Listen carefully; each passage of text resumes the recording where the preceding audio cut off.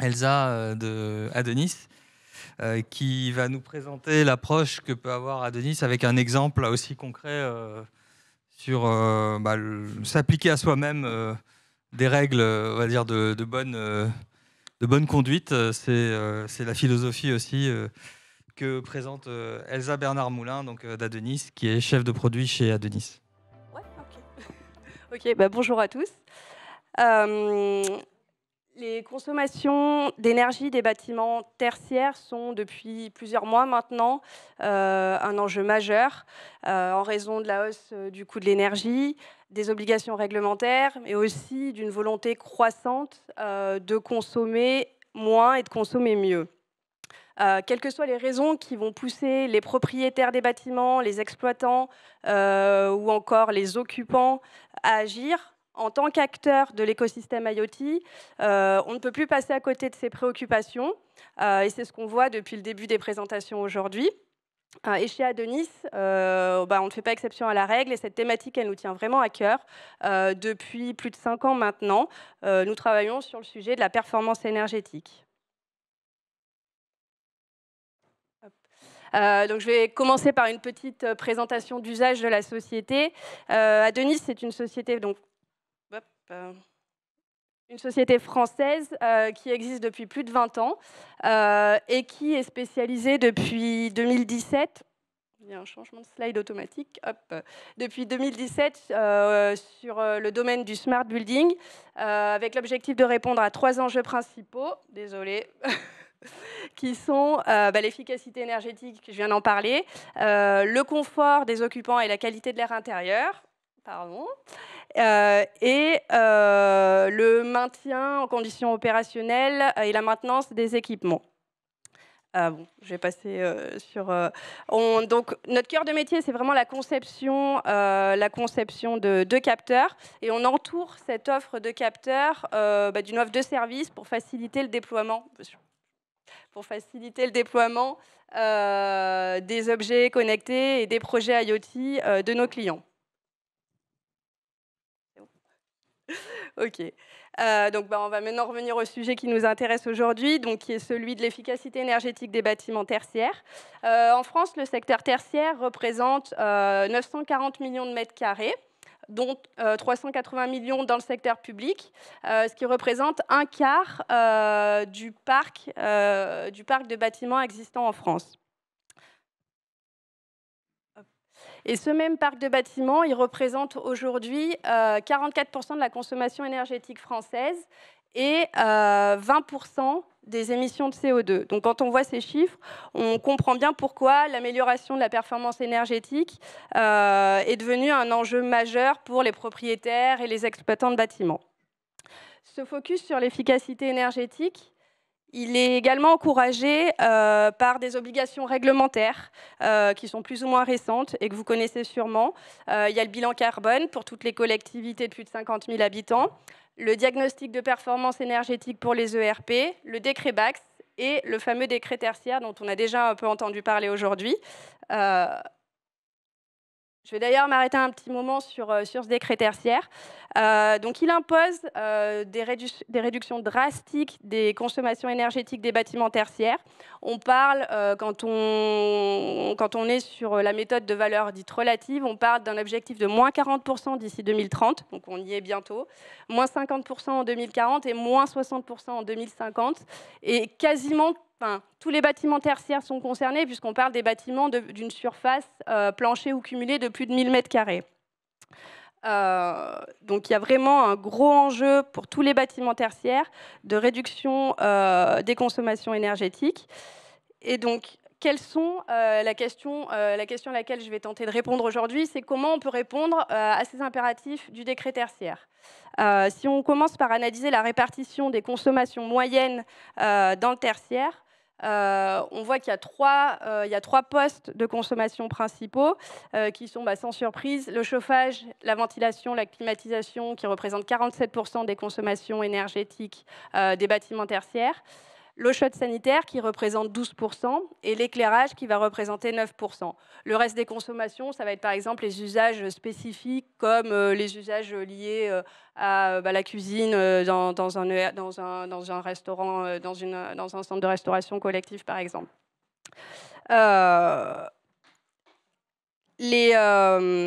Quels sont les leviers maintenant qui sont à disposition des occupants et des propriétaires des bâtiments tertiaires pour réduire ces consommations énergétiques?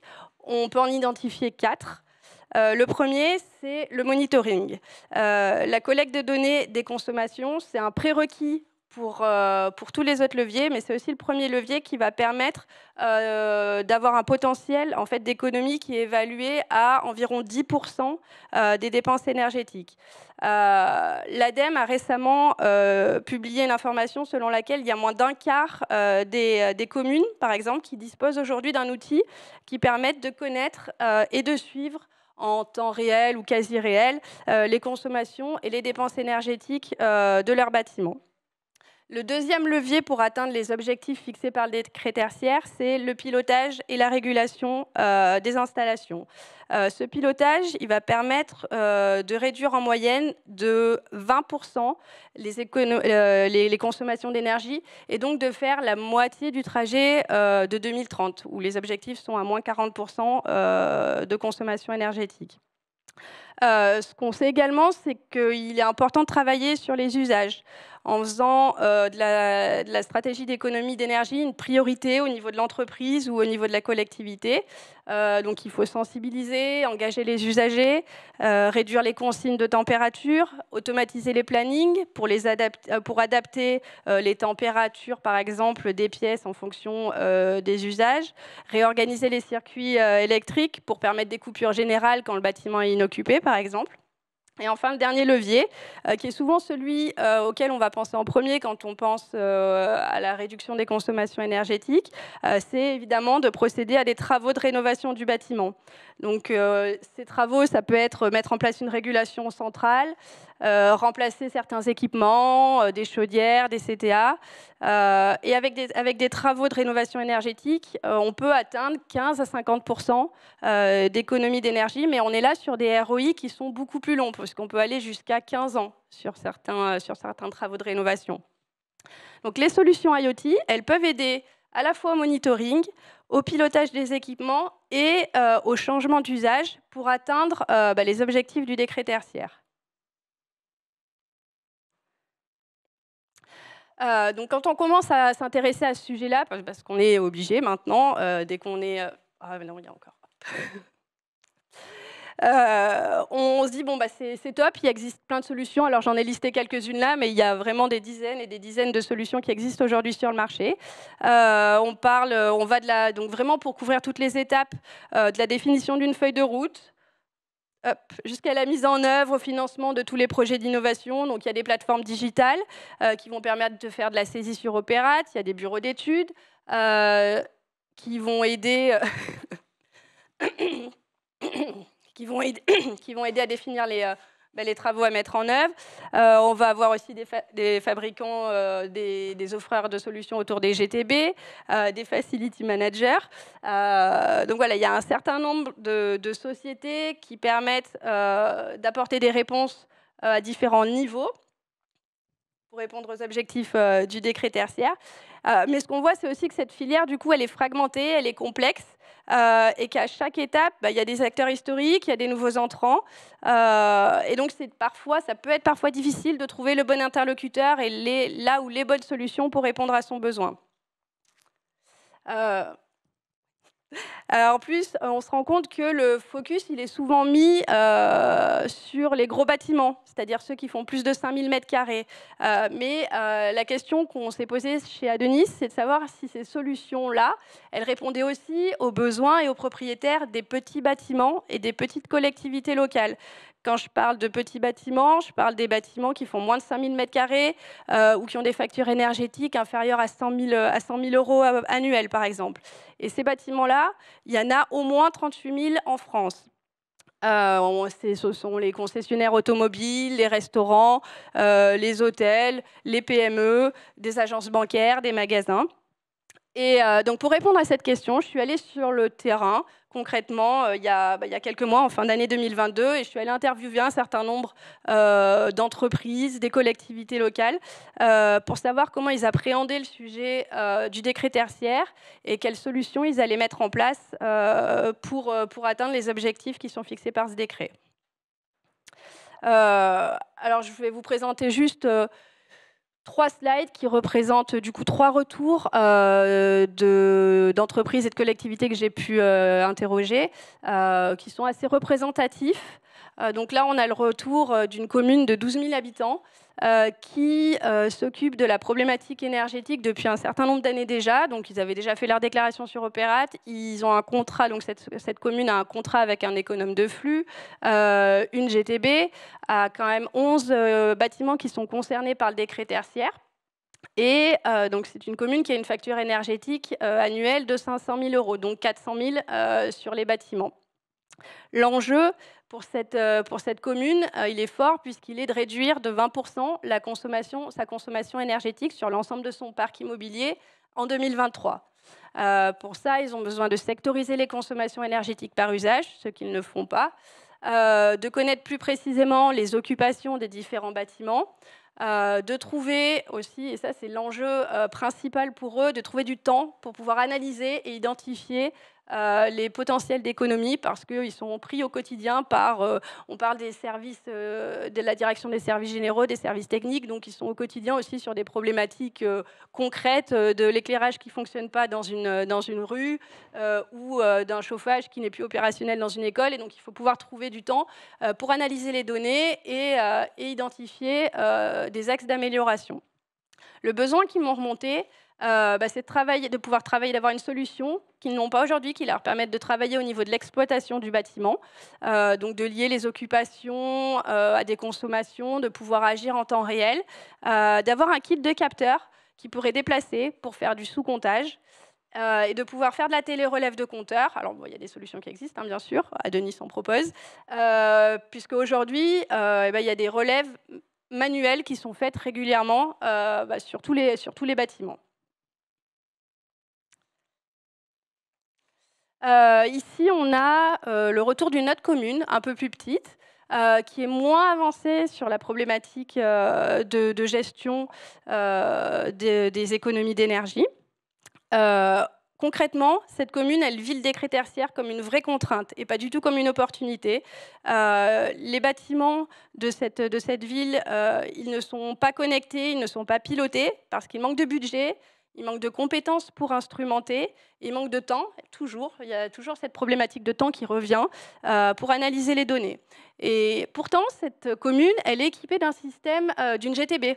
Mais elle n'est pas du tout exploitée. Ça leur a coûté très cher à l'installation, mais ils ne l'exploitent pas parce que c'est beaucoup trop complexe, parce que ça ne permet pas de faire de la visualisation de données.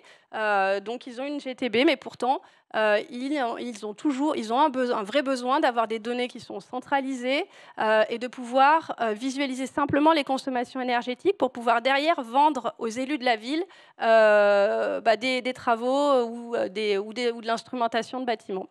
Et le besoin qui revenait ici aussi, c'était d'avoir un kit de capteurs qui permettrait de mettre en place du sous-comptage pendant un temps déterminé sur un bâtiment, faire des analyses et ensuite de pouvoir réinstaller ce kit de capteurs sur un deuxième bâtiment pour pouvoir répéter ce cycle d'analyse et d'action. Le troisième retour que je voulais partager avec vous aujourd'hui, c'est celui d'une PME, alors qui est dans le domaine médico-chirurgical et qui là n'était pas du tout au courant du décret tertiaire, des obligations qui étaient liées à ce décret. En fait, on se rend compte que c'est quand même le cas. Nous, on est dans le domaine de l'IoT, voilà, on connaît ce décret, on le met en avant dans les communications, dans nos offres, etc. Mais au final, il y a quand même beaucoup de sociétés qui, aujourd'hui, ne sont pas suffisamment informées. Par contre, cette société-là, elle avait quand même une volonté de réduire ses consommations énergétiques. Alors, pas du tout pour des raisons économiques, pour le coup, mais pour répondre aux exigences du conseil d'administration de l'entreprise. Donc, c'est une société qui est une filiale d'une société anglaise, et pour répondre aux contraintes, enfin, à la politique RSE, voilà, il y avait un benchmark entre les différentes filiales avec l'objectif d'être le meilleur en termes de réduction des consommations énergétiques et de valorisation de la politique RSE de la société.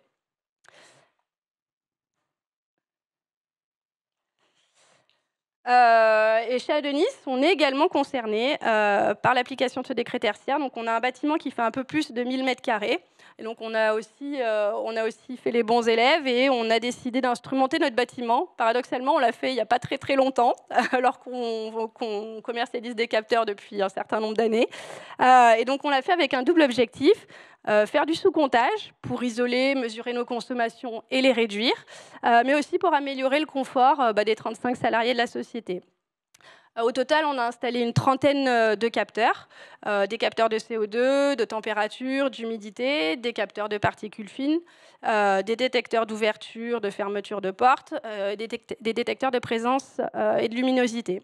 Pour la partie sous-comptage, on a installé, donc on a équipé, on a installé 5 sous-compteurs Schneider. Et pour ces sous-compteurs, on les a reliés à un Modbus pour pouvoir monitorer en fait la consommation énergétique de notre CVC. On a aussi fait un plan de sous-comptage pour la partie éclairage avec 3 capteurs analogues. On monitore aussi notre borne de recharge pour les véhicules électriques. Et on a installé un capteur TIC pour notre compteur général électrique PME-PMI. En tout, cette solution, ce plan de sous-comptage, il nous a coûté 4 500 €. En comptant le matériel, donc les sous-compteurs plus nos capteurs à nous, la pose par un électricien et l'installation.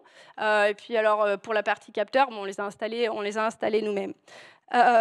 Donc ce qu'on voit, c'est que ce kit pour du sous-comptage, il ne répond pas du tout en termes de coût. On est à 4 500 € par exemple pour notre bâtiment de 1000 mètres carrés. Il ne répond pas aux besoins des interviewés que j'ai pu rencontrer, qui eux ont plutôt des budgets autour de 2 000 – 3 000 € par bâtiment pour équiper, pour instrumenter un bâtiment, un bâtiment de 1000 – 2000 mètres carrés. Du coup, on se dit, est-ce que le kit de sous-comptage, qui a été mentionné, du coup, là, par exemple, à 2 reprises par des collectivités, est-ce que ça serait une bonne idée? Donc, on a fait l'analyse. Donc, pour le premier déploiement, on serait toujours autour de 5 000 €, donc le cas que nous, on a connu, avec, du coup, l'installation, l'achat des équipements, l'installation. Et derrière, pour redéployer, il faudrait compter environ 800 € sur un deuxième bâtiment. Hors coût, on va dire, alors si avec les coûts, on est à 5 000 € avec les coûts de connexion des capteurs, donc par exemple sur un réseau LoRa, et l'utilisation d'une plateforme de suivi des consommations.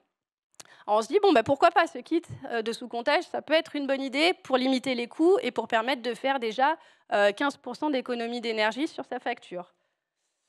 Pourtant, je vais vous le dire, nous, on ne pense pas que c'est une solution qui soit pérenne. Alors, ça va vous permettre de faire un état des lieux, de sectoriser les consommations énergétiques par usage, par équipement, par zone. Ça va permettre de détecter les postes à forte consommation, d'optimiser l'utilisation des différents équipements du bâtiment. Ça va permettre de prioriser les objectifs de réduction de consommation, de déceler les actions qui sont faciles à mettre en place. On va pouvoir optimiser les dépenses de rénovation énergétique en choisissant précisément et de manière fiable les gisements d'économie possibles. Par contre, ce kit, il va pas permettre, ce kit redéployable, il ne va pas permettre de repérer les dysfonctionnements. La détection de fuite, on en a déjà parlé dans des présentations précédentes, déceler des consommations anormales. Avec un kit redéployable, on ne peut pas impliquer les collaborateurs et les usagers non plus. On ne peut pas les sensibiliser. Et on voit que c'est un axe vraiment majeur pour agir sur les consommations. On ne peut pas suivre les contrats de performance énergétique des exploitants non plus, qui s'engagent sur des réductions des consommations. On ne va pas pouvoir les vérifier avec des vrais chiffres. Et on ne pourra pas mesurer a posteriori l'impact des actions qui vont être prises pour améliorer la performance énergétique du bâtiment, que ce soit sur l'enveloppe ou sur l'instrumentation, le changement des équipements, etc.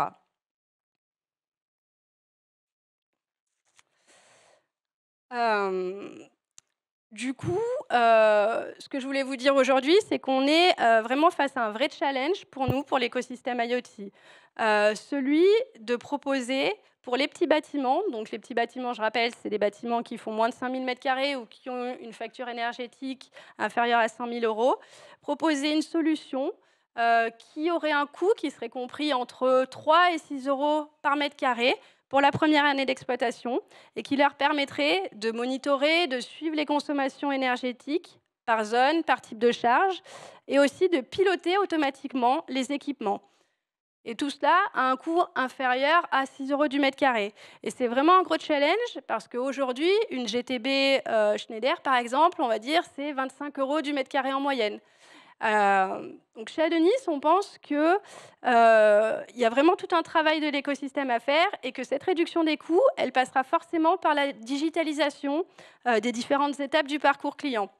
Au niveau commercial, par exemple, ça peut être automatiser la réponse aux demandes de devis, avoir une analyse automatisée d'un bâtiment, on prend des photos des installations électriques du bâtiment, et ensuite, automatiquement, il y a une IA qui va spécifier la solution de sous-comptage qui va être la plus adaptée au contexte, à un contexte spécifique. C'est automatiser aussi la supply chain, ne pas avoir à intervenir manuellement, par exemple, pour pouvoir livrer un client. C'est avoir une installation, une configuration, une connexion à un réseau qui soit automatisé sur une plateforme donnée et en un temps minimal, c'est-à-dire prévoir, par exemple, un seul déplacement d'une demi-journée pour pouvoir instrumenter un bâtiment, là où, par exemple, dans notre